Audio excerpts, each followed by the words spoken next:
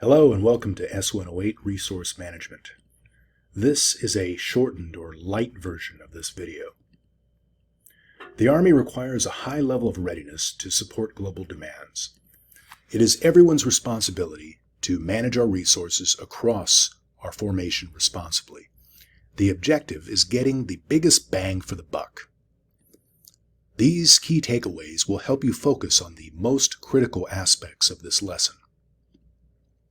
You have already been introduced to the 5 basic appropriations or colors of money. Operations and maintenance appropriations pay for day-to-day expenses of DoD components in garrison and during exercises, deployments, and military operations. Take note of the threshold dollar limitations for certain types of expenditures.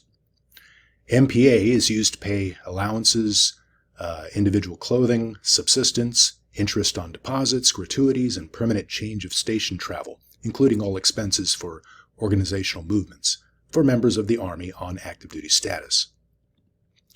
Although OMA funds day-to-day operations, OPA is typically used for large pieces of equipment or systems that exceed the expense or investment threshold, or is the purpose of some other major procurement account, such as aircraft or shipbuilding.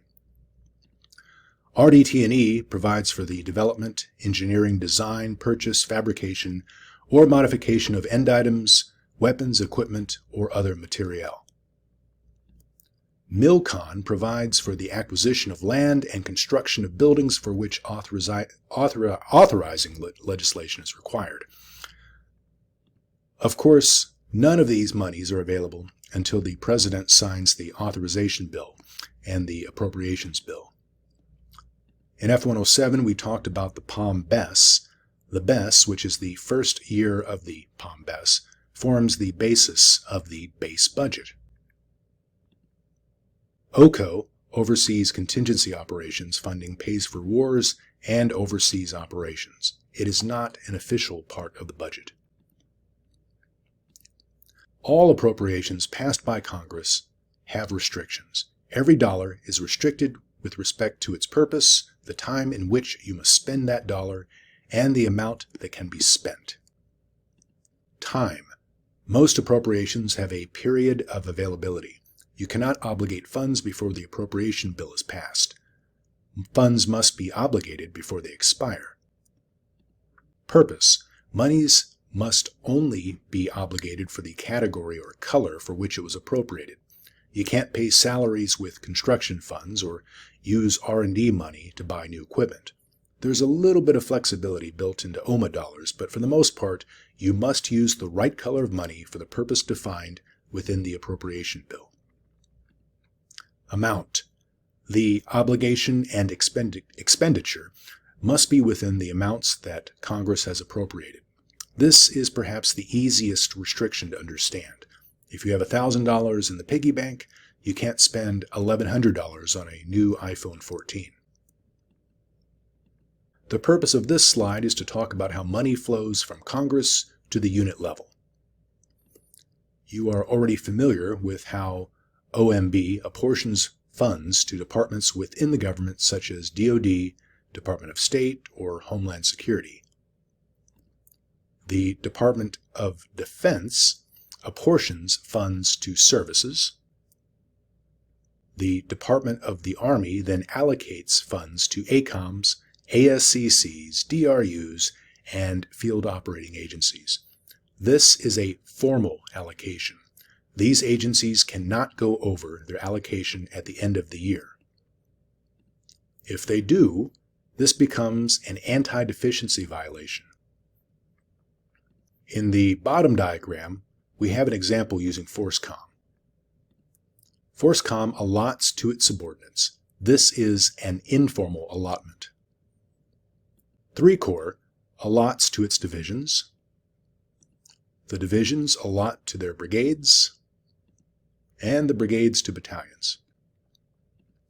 Informal means that if a battalion or BCT spends more than it was given to them by hire, then hire can cover them by reallocating money within the organization. This only works if they have the money. So if a battalion overspends, the BCT can cover them. If they are out of money, then the brigade would go to the division for reallocation. As long as there is money available within the informal chain, the overspending or violation of the allotment is covered, and FORSCOM is off the hook. While not exact, this slide depicts various OMA funding that is in a typical division. The purpose of this slide is to draw distinctions between funding types within OMA and show that certain fund types within OMA can only be used to purchase certain things or are coded for certain units. The IBCTs share out of the same pot or bag of funding. This makes it important for IBCTs not to spend more than what has been allotted to them. Otherwise, they are spending funds from one of their fellow IBCTs. The CAB doesn't have to worry about a fellow unit using their funding because their pot or bag is specifically coded for them. The CAB just has to ensure that they don't commingle their flying hour program expenditures and their home station training expenditures. CTC funding gets pushed to the division based on what brigades might be on the CTC schedule for that particular year.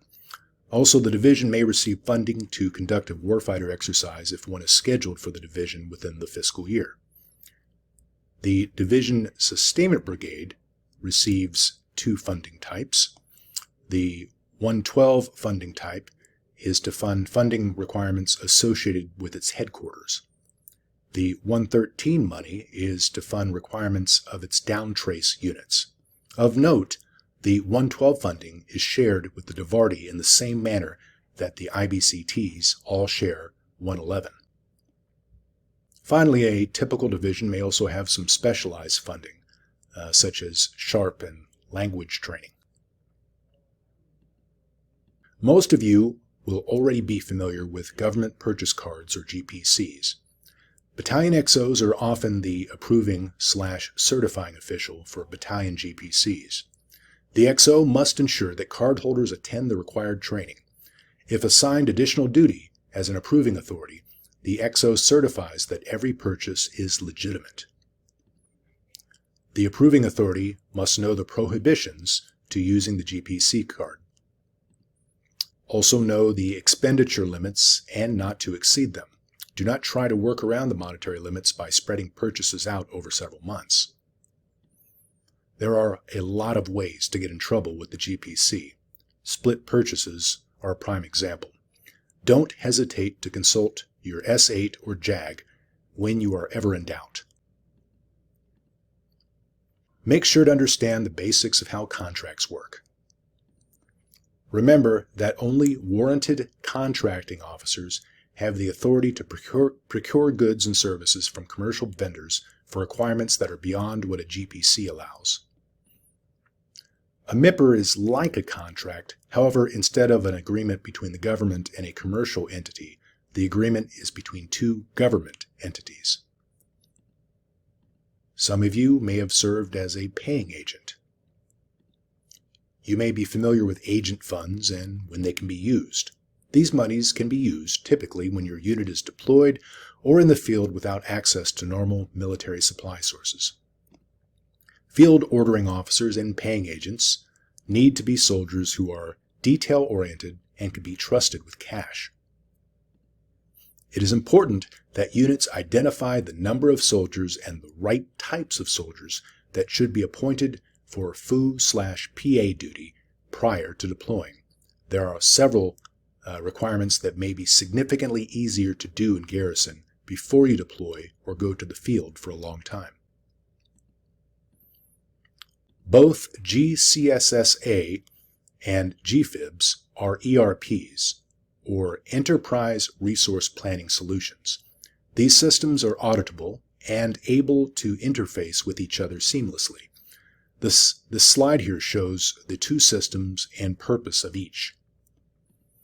ZPARC is within the GCSS Army system. It is a place where comptrollers place money from GFIBs and the S4 channels place parts and supply orders. The diagram on the bottom left outlines the process from requirement to requisition. Take some time to familiarize yourself with this process, but be aware that procedures vary from unit to unit.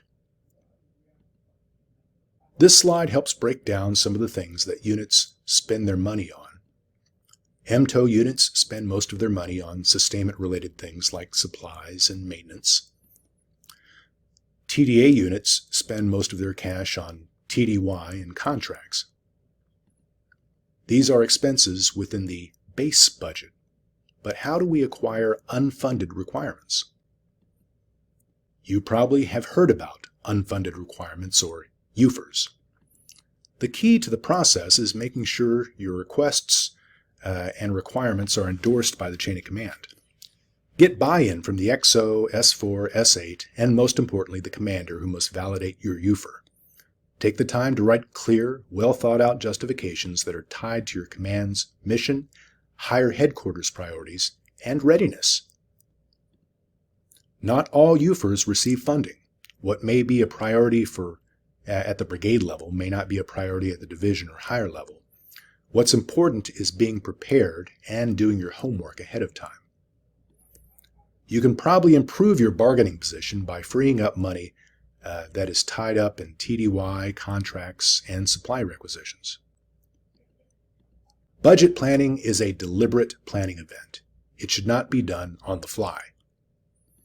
The relationship between the S8, S3, and S4 is very important. The S8 funds validated requirements. The S3 and S4 validate the requirements through the chain of command. All meetings, not just the budget meetings, should include all three major players, generally. Budgets are updated in coordination with the training calendar. If there is an update to the calendar, the budget must follow. Prioritizing requirements is also important to ensure that funds are available for critical requirements throughout the year. Failing to involve the entire staff in the budget process can lead to failing to resource critical events and training. Okay, we've highlighted several considerations related to resource management. Resource management is a team sport. It is everyone's responsibility to manage our resources wisely to support the mission.